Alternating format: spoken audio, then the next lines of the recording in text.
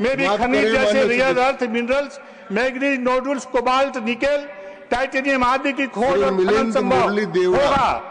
श्री मिलिंद मुरली देवड़ा, आप समाप्त करें अदीप साहब जी, समाप्त हो गया। धन्यवाद सर, बहुत बहुत धन्यवाद सर। मैं अपने पार्टी की ओर से इस बिल का समर्थन करता हूं और मैं मानता हूं कि ये जो लेजिस्लेशन है, this is not just a reform in mining policy as some of the MPs before me have spoken about, but it's a strategic imperative to make India's economy atmanirbhar in the 21st century. Sir, हर प्रमुख economy पूरे विश्व में net zero future की ओर बढ़ रहे हैं। माननीय प्रधानमंत्री जी को मैं सबसे पहले धन्यवाद देना चाहता हूं कि उनके नेतृत्व में भारत ने भी 2070 तक net zero green house emissions की लक्ष्य उन्होंने तय किया है। और इस ग्रीन ट्रांजिशन जो होने जा रहा है, इसमें क्रिटिकल मिनरल्स खास करके और रेयर अर्थ्स की आवश्यकता है। Sir, critical minerals, rare earths, कभी कभी लोगों में कंफ्यूजन होती है कि ये है क्या। मैं दो रेयर अर्थ्स और क्रिटिकल मिनरल्स का उदाहरण देना चाहता हूं। एक लिथियम है और एक कोबाल्ट है। लिथियम बैटरी टेक्नोलॉजी की एक प्रकार से बैकबोन है। हमारे मोबाइल फोन्स हो, इलेक्ट्रिक व्हीकल्स हो, लैपटॉप्स हो, ब्लूटूथ हेडफोन्स जिसका हम इस्तेमाल करते हैं, जिन लोगों के हार्ट में पेस मेकर है, पेस मेकर तक लिथियम का उपयोग किया जाता है।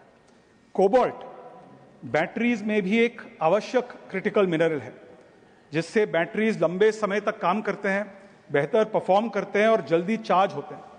और इसके बिना इलेक्ट्रिकल व्हीकल्स धीमी पड़ जाती है और फोन्स जल्दी से गर्म होने लगते हैं। लेकिन ये बिल महत्वपूर्ण, बहुत ही महत्वपूर्ण क्यों है? क्योंकि आज विश्व में जो global demand for rare earths, critical minerals, this is set to double to over 8,000 tons by the year 2030, half of it which will be driven by electrical vehicles and wind turbines. And very few people know that despite India having the third largest reserves in the world, almost 6 to 7 million tons, unfortunately we only produce less than 1% of global output. Isliye we urgently need to implement mining of critical earths and rare earths and critical minerals in India urgently. We need to invest in our rare earth mining, processing and the entire value chain to secure India's Atmanirbharta and energy security. What this bill will do, which is very critical, is it will secure direct access to mines not just in India but abroad also. It will allow us to invest in processing infrastructure in India, and more importantly it will reduce our dependence on only one country. This is the most significant point. आज पूरे विश्व में चीन के पास almost 60% global lithium और 70% global cobalt processing और refining का एक प्रकार से मोनोपोली है। यदि हम दूसरे रेयर अर्थ्स का उदाहरण लेंगे तो almost 85% of global rare earth processing happens in China. जो लिथियम का माइनिंग होता है वो ऑस्ट्रेलिया में होता है, चिले में होता है, बहुत कम संख्या में चीन में होता है, लेकिन उसका जो प्रोसेसिंग है, जो रिफाइनिंग है, उसमें ऑलमोस्ट 60, 70, 80% चीन में होता है। एंड ये इसका कारण क्या है कि पूरा processing of rare earths has move to China. 1980s में जो पश्चिम देश थे, खास करके अमेरिका, उन्होंने कहा कि एनवायरमेंटल कंसर्न्स की वजह से हम ये माइनिंग को चीन में आउटसोर्स करना चाहते हैं। इनफैक्ट 1985 में China officially listed rare earth elements as a strategic resource and allowed private investment in rare earth mining. मैंने अभी अपने प्रफुल्ल जी को भी कहा कि चीन के जो पूर्व राष्ट्रपति है डेंग शाओपिंग, जिन्होंने चीन का इकोनॉमी को पूरी तरह से लिबरलाइज किया, 92 में उन्होंने एक बहुत ही ऐतिहासिक बयान दिया कि मिडिल ईस्ट में तेल है, हमारे देश में रेयर अर्थ्स है। Unfortunately, if India in the 80s and 90s had taken concrete steps to secure our foothold in global supply chains of critical minerals, we would have been Atmanirbhar by now. And therefore, I'm very grateful to the government, I'm grateful to the Prime Minister, to my friend the Minister Reddy ji for bringing this very, very important bill which will start the process of making India Atmanirbhar when it comes to critical earths. आपकी जो critical mineral mission है 2023 में आपने launch किया, इसके लिए भी मैं आपको बहुत बहुत बधाई देना चाहता हूं।